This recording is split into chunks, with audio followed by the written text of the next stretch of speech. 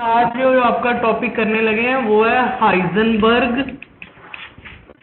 Uncertainty principle.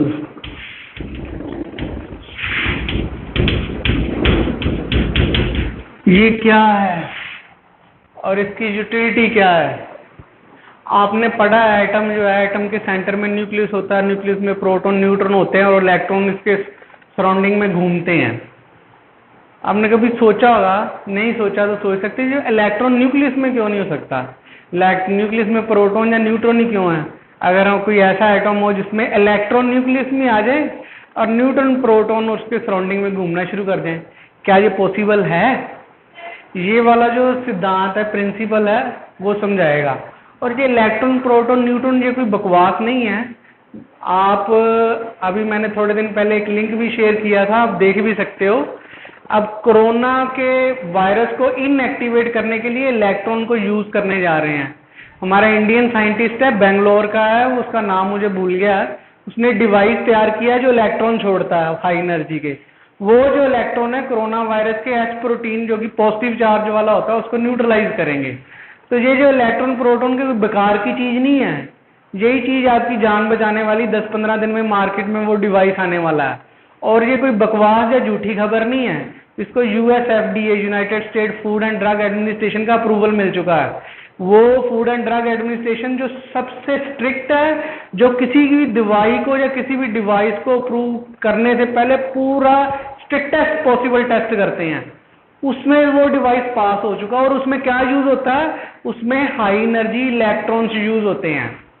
सो ये जो chemistry या फिजिक्स है, ये बोरिंग सब्जेक्ट है। ऐसे अगर तो आपको ऊपर ऊपर से पढ़ोगे फिर बोरिंग लगेंगे।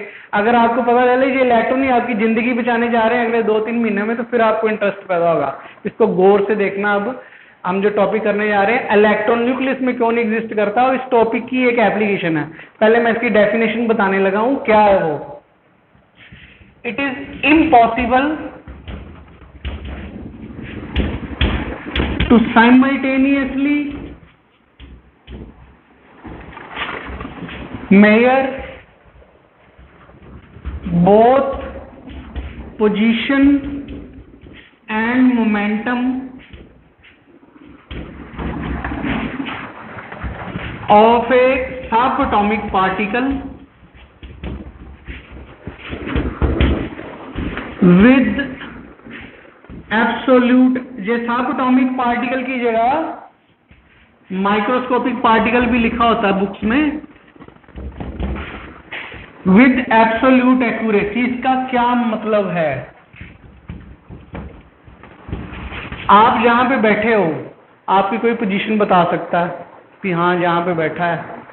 अगर आप मूव कर रहे हो, कार मूव कर रही है, तो कार की हम वेलोसिटी कैलकुलेट कर सकते हैं, उसकी पोजीशन निकाल सकते हैं आसानी से।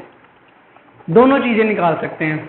मोमेंटम निकाल सकते हैं। मोमेंटम मतलब अगर कार जा रही है, कार का मास कितना है इंटू वेलोसिटी कितनी है, वो हम आसानी से निकाल सकते हैं। जैसे क्रिकेट खेलते हैं तो वो आपको बॉल की स्पीड दिखाते हैं, ये 130 किलोमीटर की स्पीड पे गई है, तो आपको उसको मास से मल्टीप्लाई करके उसका मोमेंटम निकाल सकते हो। उसकी पोजीशन एक्यूरेटली हमें पता होती है। जब कोई एलबीडब्ल्यू होता है तो बिल्कुल एक्यूरेट पोजीशन दिखा रहे होते हैं, ये जा रही है बॉल, तो हम वो कैलकुलेट कर सकते हैं momentum and position heavy object का। पर ये लॉ ये कहता है अगर कोई सबएटॉमिक पार्टिकल है जो एटम से छोटा है, जिसका बहुत कम वेट है, उसकी पोजीशन और मोमेंटम आप दोनों चीजें इकट्ठी नहीं मेजर कर सकते। It is impossible to measure them simultaneously. ऐसा क्यों है? देखिए पहले तो वो समझाऊं ऐसा क्यों है, जो सबएटॉमिक पार्टिकल के लिए ऐसा क्यों बोला जाता है। देखो जी, मान लो ये इलेक्ट्रॉन घूम रहा है, आप कोई चीज को कैसे देख सकते हो? जब उस चीज पे लाइट फॉल करे, वो लाइट टकरा के उस बॉडी से आपकी आंखों में वापस आए, आपको तब वो बॉडी नजर आती है।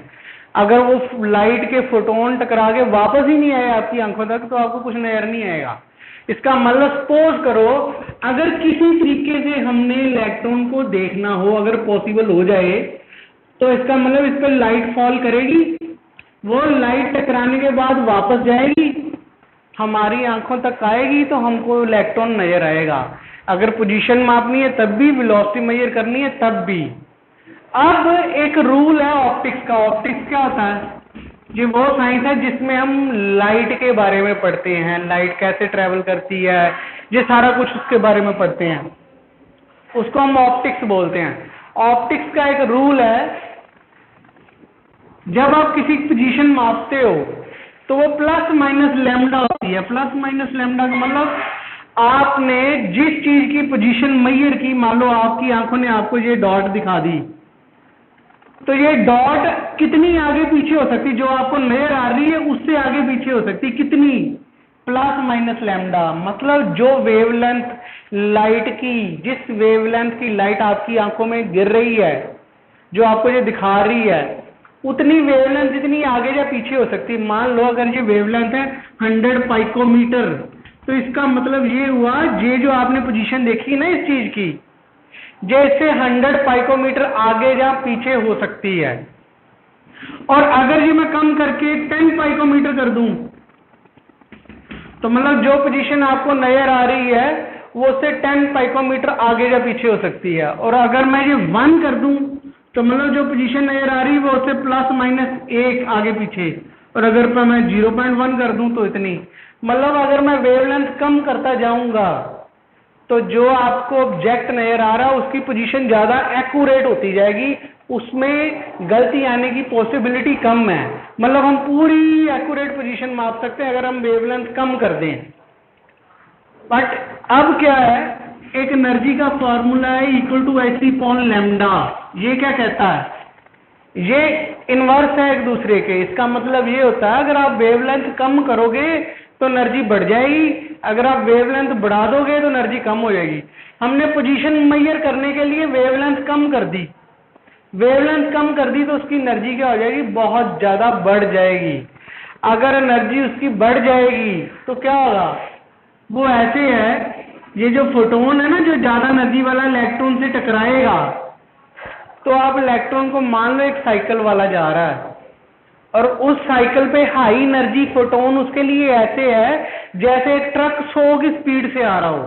और अगर ट्रक 100 की स्पीड से आके साइकिल वाले पे टकराए, तो पहले जो साइकिल वाला 15 की स्पीड पे जा रहा था, ट्रक से टकराने के बाद उसकी पोजीशन भी चेंज हो जानी, उसकी वेलोसिटी भी बदल जानी, वो उड़ता ही जाएगा 50-60 किलोमीटर की स्पीड से टक्कर के बाद। इसका मतलब क्या हुआ, इसका मतलब ये हुआ, ये इलेक्ट्रॉन साइकिल है, हाई एनर्जी वाला फोटोन ट्रक है। जब वो फोटोन उस पर टकराएगा तो उसके बाद जो भी वैल्यू आपको नजर आएगी वो तो गलत होगी ना।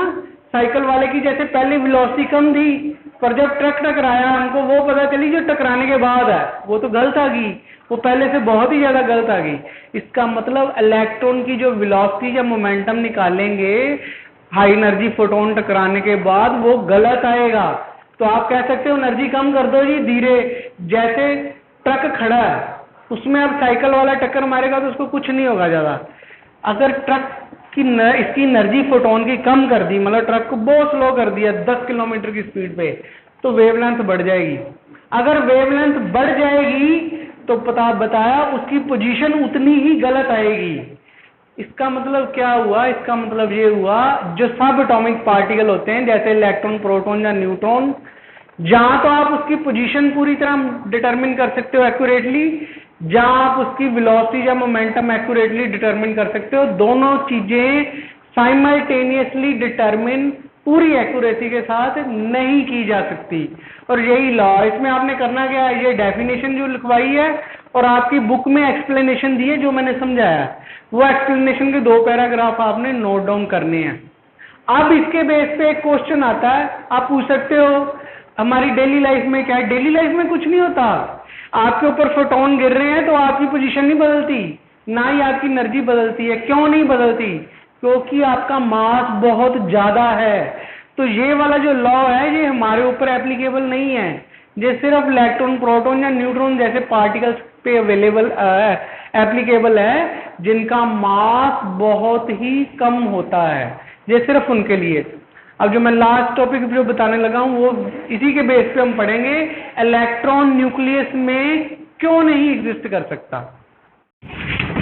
Why electron can not exist in nucleus. जो आपने अभी लॉ पढ़ा है उसका एक formula, delta X into delta P equal to और greater than h/4 pi. Law का फॉर्मूला है, इसके बेस पे हम पढ़ेंगे इलेक्ट्रॉन न्यूक्लियस में क्यों नहीं एग्जिस्ट करता। डेल्टा क्या है? डेल्टा का मतलब होता है अकेले का अनसर्टेनिटी। एस का मतलब है पोजीशन, ई का मतलब है मोमेंटम, और मोमेंटम किस चीज के इक्वल होता है? मास इनटू वेलोसिटी के इक्वल होता है।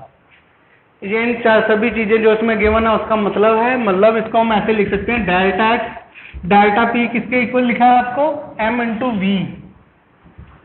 तो इसमें किसी चीज का मास नहीं कभी चेंज होगा, इलेक्ट्रॉन का जितना मास है वो तो उतना ही रहना है, उसकी चेंज क्या हो सकती है? वेलोसिटी। अनसर्टेनिटी कितनी इसमें आ सकती है? वेलोसिटी में। तो इसको हम ऐसे लिख सकते हैं M delta we h/4 pi. h पहले भी बताया हुआ है, ये प्लैंक कांस्टेंट है, ये मैथमेटिकल फॉर्म है हाइजेनबर्ग अनसर्टेनिटी प्रिंसिपल की। अब इसके बेस पे हम पढ़ेंगे इलेक्ट्रॉन न्यूक्लियस में क्यों नहीं होता। जो न्यूक्लियस है ना जी, न्यूक्लियस का जो रेडियस है वो होता है 10⁻⁻15 मीटर।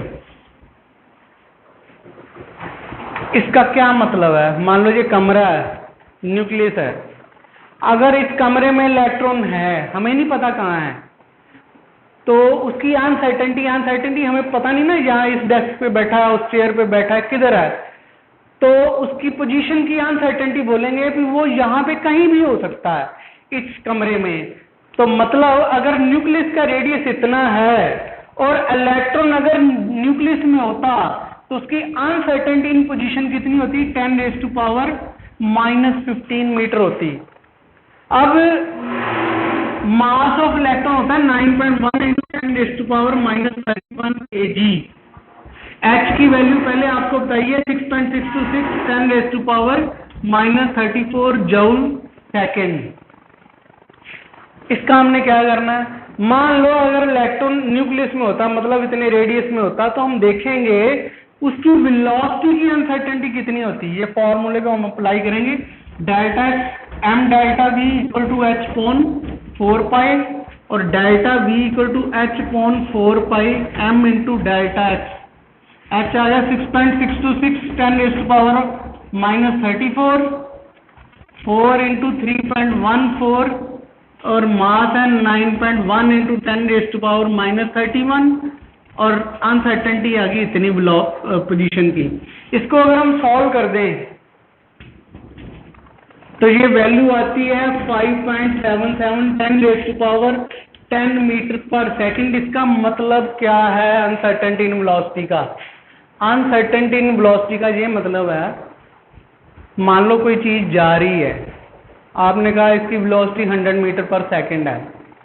अनसर्टेनिटी का मतलब आपको हमें 1% डाउट है ये 100 मीटर पर सेकंड है कि नहीं, वो जो आपको 1% डाउट है ना, वो अनसर्टेनिटी है।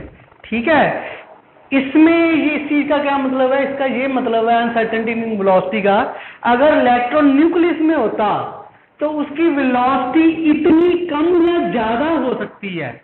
मतलब ये अगर आप निकालोगे ना, ये 5,77,000 किलोमीटर है, 5,77,000 उससे मल्टीप्लाई, हाँ किलोमीटर, उसको 100 से मल्टीप्लाई कर दो, इतने आएगा, इतना आंसर आएगा इसका। इसको अगर आप सॉल्व करोगे, इसमें खास क्या है? इसमें खास क्या है? ये है this value is greater than velocity of light. मतलब जो वेलोसिटी ऑफ लाइट है ना जी, वो हम ये मान के चलते हैं सबसे तेज है, उससे ज्यादा कोई चीज तेज नहीं हो सकती। और अगर इलेक्ट्रॉन न्यूक्लियस में होता तो इसकी वेलोसिटी और वेलोसिटी ऑफ लाइट से 200 गुना ज्यादा आती है ये, मतलब वेलोसिटी ऑफ लाइट होती है इतनी। अगर इलेक्ट्रॉन न्यूक्लियस में होता तो उसकी वेलोसिटी जो है वेलोसिटी ऑफ लाइट से 200 गुना ज्यादा होगी, पर ये तो पॉसिबल ही नहीं है कि किसी चीज की वेलोसिटी ऑफ लाइट से ज्यादा हो जाए, और ये तो 200 गुना ज्यादा आ रही है। इसका मतलब ये गलत है कि इलेक्ट्रॉन न्यूक्लियस में होगा। अगर वो होता तो ये जितनी भी हमारी साइंस है वो सारी गलत है, फिर समझ गए।